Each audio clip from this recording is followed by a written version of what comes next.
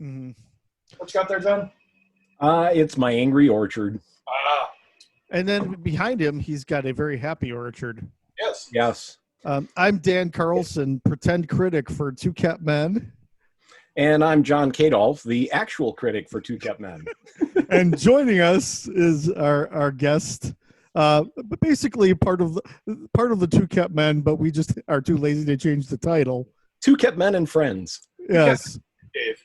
Hi, I'm Dave Nesbitt. I keep saying I am the drunken house guest of the Two Kept Men, and they're kind enough to put up with me. Thank you very much, gentlemen. Oh well, we And again, we still have not let him leave. We watched a rock and roll documentary called We Are X. Yes. And basically, the plot of We Are X, it kind of runs two different things concurrently. One is a history of the band X Japan. They're called X Japan because in Japan they were simply known as X. Then they tried to come to the United States and discovered that a legendary punk band from Los Angeles already owned the copyright to the name in America. So they just changed the band's name to X Japan to fit in at that point. But the history of X Japan as a band is absolutely insane. I keep saying that like Guns N' Roses, The Who, and Led Zeppelin are going, okay, dudes, dial the drama back. Because like the drummer plays with a neck brace and is constantly walking around with two wrist braces on due to tendonitis, carpal tunnel, and just last year he ended up having two artificial discs put in his neck because of all the damage he's done from playing so violently. So whenever he's playing drums, he has to wear a neck brace, or else he's definitely running the risk of possibly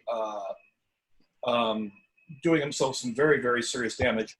There's a story which I haven't been able to confirm, but apparently at one point, the story goes that he was playing a show, threw his head forward so violently that all of a sudden he stopped playing the bass drums, and then stopped playing altogether. And the band's looking at him like, "The fuck's going on?" And he said, "I can't move my legs." And what had happened was he threw his head forward so violently that the disc was putting pressure on his neck or on his spine. Yeah. And so it's been an ongoing thing. X Japan really became one of the first, like, outwardly, like, you know, rebellious musical groups.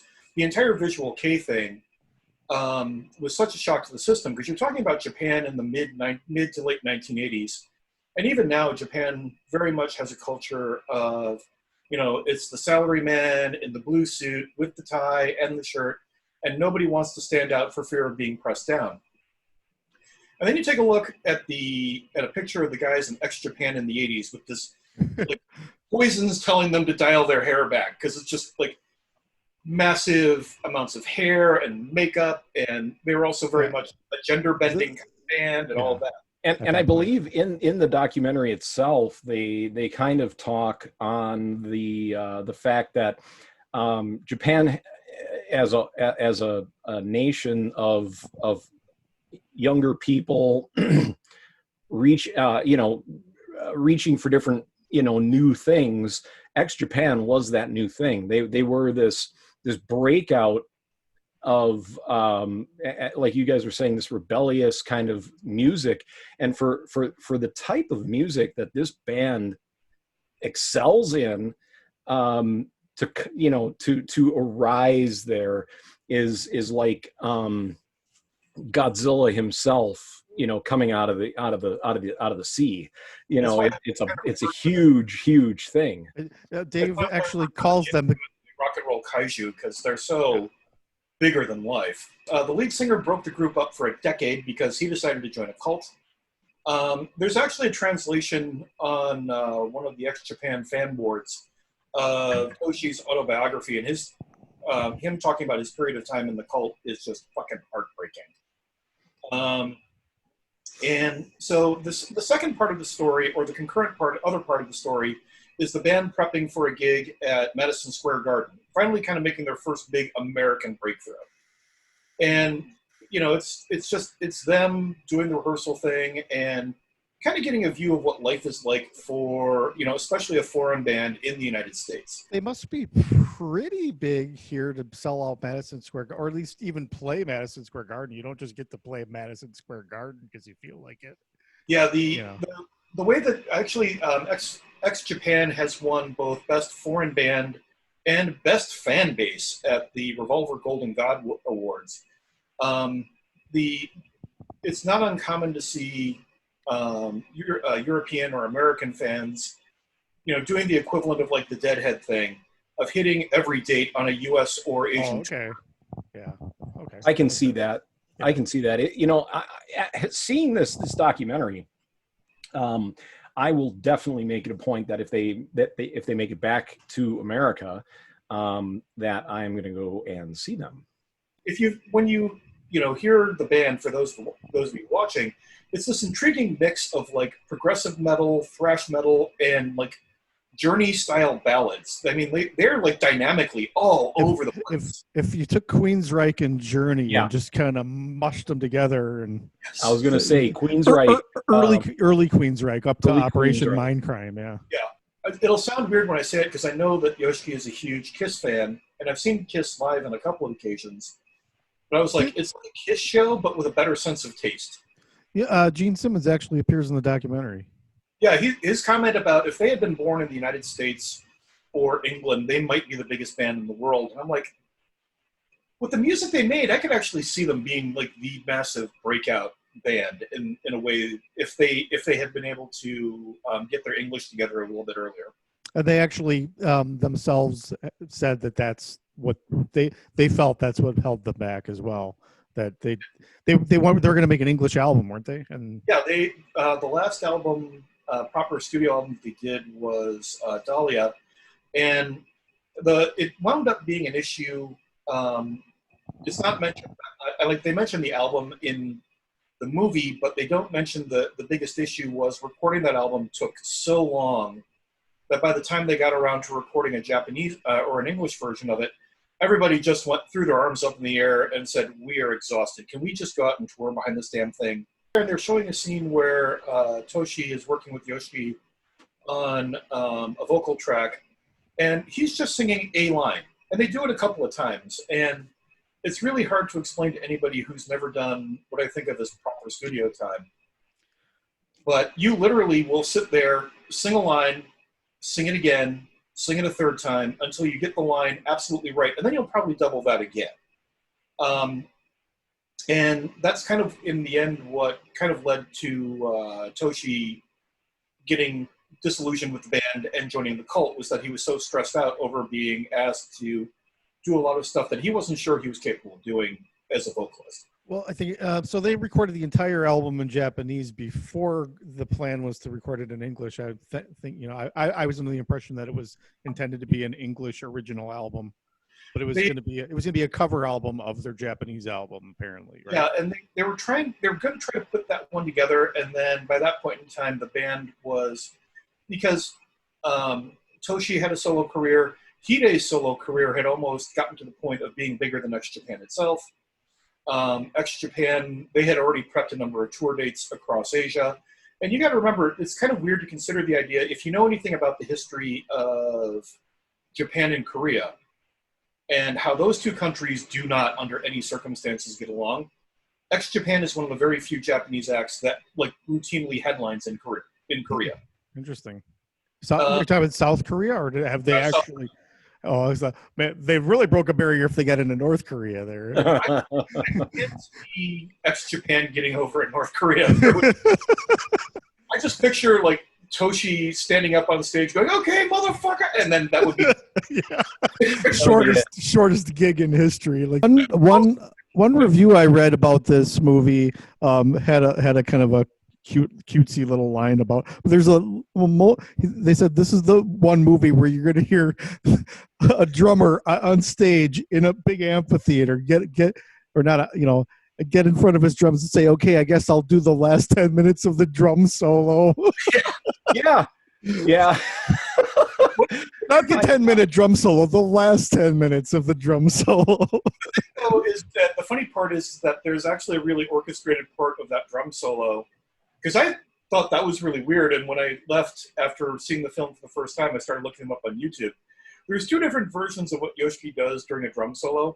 One of them is he's obviously doing the drum solo, and then the last few minutes of it, he's sitting there and he's throwing down a drum solo, and then he'll start playing with his right hand and he has a keyboard on his left, playing keyboard with his left hand as he's playing drums. Then he'll stop playing drum. He'll be playing drums, stop, run across the stage, play piano for about a minute or two, and then run back up, start playing drums again. Yeah, That's amazing. well, they did say that a gig for them is like war, and Yeah. it feels, it seems like you were mentioning that he doesn't play drums correctly, and that's part of the problem. Play as somebody who is I'm a functional drummer. I am not even in Yoshi's league as a player. I wouldn't. Right. But we're not talking about skill. I'm talking about healthy technique is what we're actually referring to. His piano technique is absolutely on point. You watch him play, and he's really got the fingers down and everything else. Mm-hmm. Watching him play and watch his arm movements, and you can understand immediately why he has carpal tunnel issues and tendonitis issues. Mm-hmm. Because the only comparison I can make is watching him and comparing him to Max Weinberg from Bruce Springsteen's band. Okay. Max plays with really, really tight wrists, and he's had like 7 different carpal tunnel surgeries as a result of that. Are they both left-handed or no? Or am I just totally out left field on that? I think Max is left-handed, but I think that I didn't intend that. Sorry. But watching his arms and such, you're just sitting there going, "Oh man, you're supposed to play from here."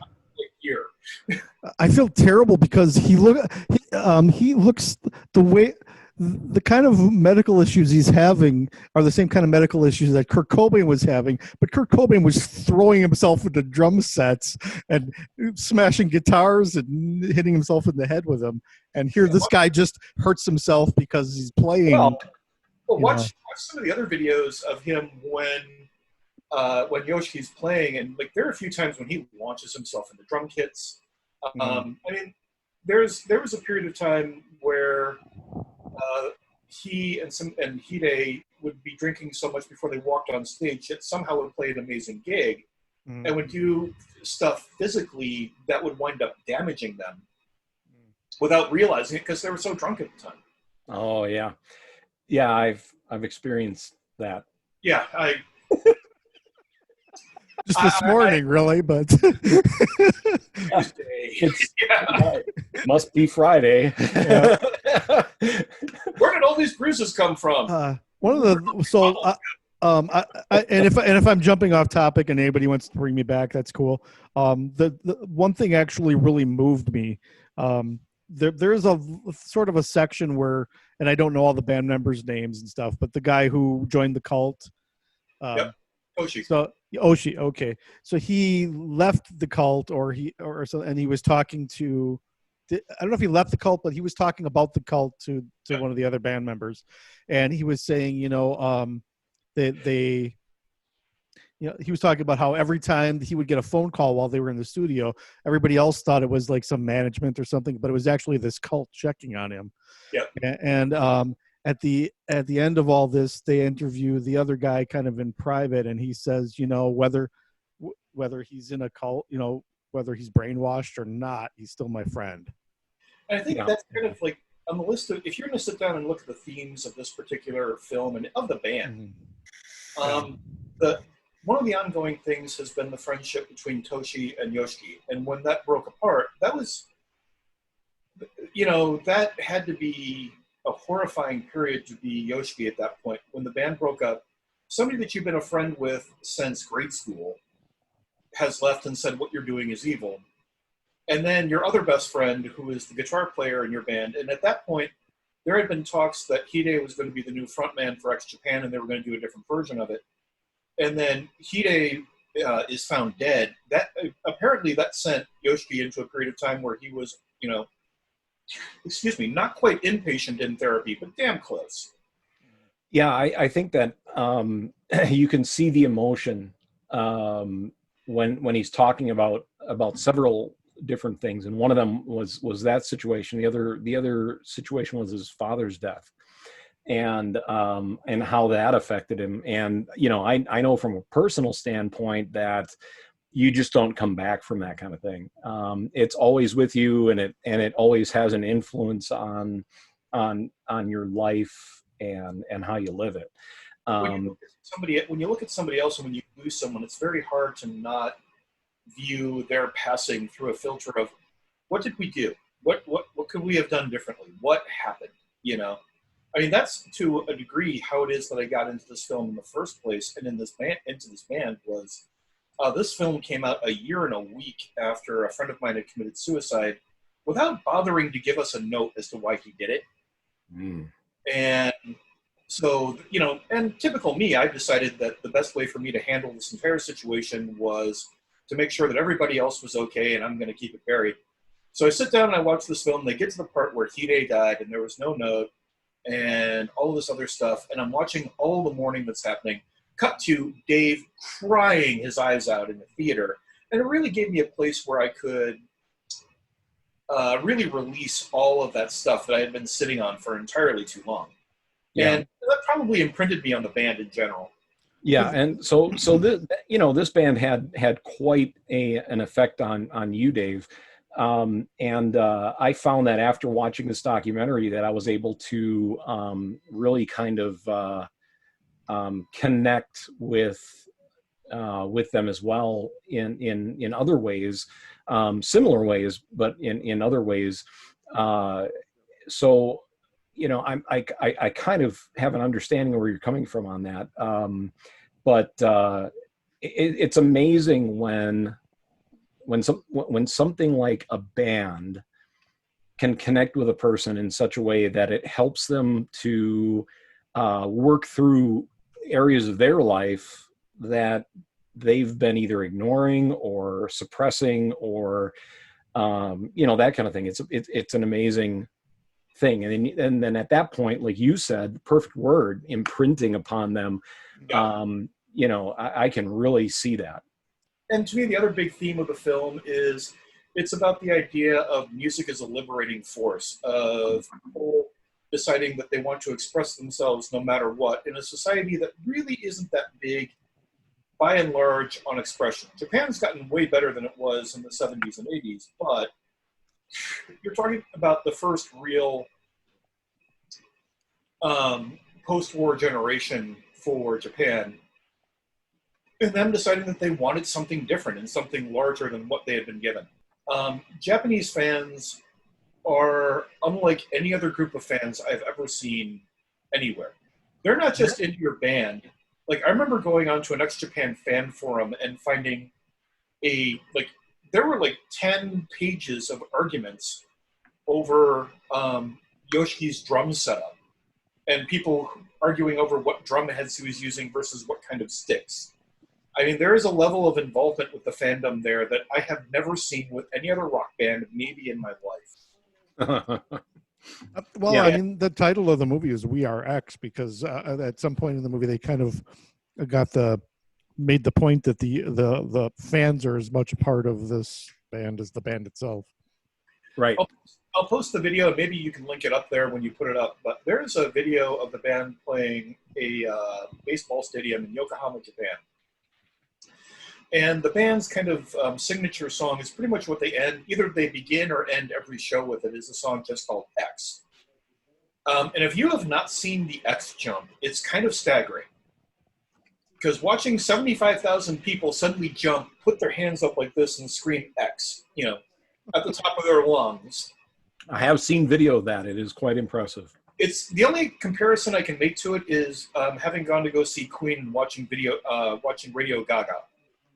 It has that exact same effect when the entire audience is like, yep, we're into this. And then they finish up the song and Toshi screams, "We are," and the entire audience screams X. And the entire notion is that we're kind of like the people that we centered this whole show around, but everybody in this audience tonight is X. Mm. All of us are in this moment the band, and we are making this moment together. And that's something that a lot of bands don't do, and I think it kind of makes them. The only other groups I can think of that I've seen that do that in a way are like the Stone Roses, and a couple of other bands who really make the audience every bit as integral to the show.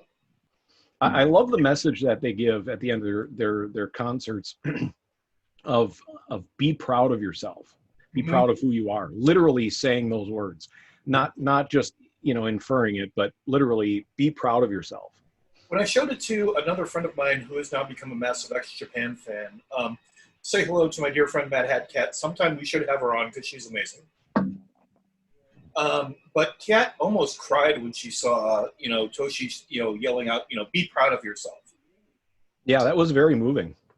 Because you're talking about a culture where the idea of the personal identity is always sublimated to the idea of us as a nation and as a people. And the idea of being proud of yourself just for being yourself. It's like this strange mixture of like a, rock and roll declaration of I am who I am, plus a mixture of Mr. Rogers' Neighborhood. You're special because of who you are. And it's, it totally works. Yeah. Agreed. Surprised nobody's tapped into that in America. I mean, putting Mr. Rogers in with there, because I think a lot of us here need to hear that too. I think so. What do we take from this this documentary, this rockumentary? That we can and I just want to add that if you want to watch it, it's on Tubi and a couple of other apps. You'll have to sit through some commercials, but it's worth it. So what I was saying is, what do we take from this kind of rockumentary that really moves us? And Dave, I'll definitely. I mean, we've been talking about that the whole time, but if you could choose one aspect of it that moves you the most deeply, what would it be? Do what you love, let it possess you, and let it be your life. Because when you look at Yoshiki, you can definitely tell that music and art are definitely his life. And he's turned it into something that has made a really, really great life for him. Yep. Yeah. I mean, that's pretty much says it all. Yeah. Dan, do you have any thoughts? Nothing that wouldn't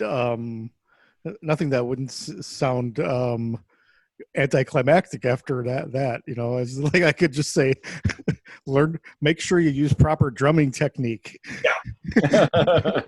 If you're going to, at a certain point, thinking that you're going to destroy yourself with the art that you love, just be aware, destroying yourself is not nearly as much fun as it looks on television. Yeah. For me, it was this. It was the overall message of overcome for the things you love, and don't give up on your dreams because you have roadblocks in your life. And this is a perfect example of major roadblocks that would have ended the careers of the majority of bands or performers or artists out there, and this group of people took that and turned it around and made it a movement. They use their roadblocks as stepping stones. Yep. And to me, I think that's the most amazing part of it is the film starts with them opening up their show at Madison Square Garden, and the film ends with them walking on stage at Madison Square Garden and then just stops as they walk on there. And I thought that was a great touch because at that point, you didn't need to see more of the show. You just knew they're walking on stage at Madison Square Garden. Yeah, that right there is pretty much the punchline to any rock band's existence. Although to me, I think it has to be weird to be walking on stage at Madison Square Garden and you watch that scene of them walking backstage up to the stage. And there's pictures of everybody from like Barbra Streisand to Frank Sinatra to Led Zeppelin and The Who.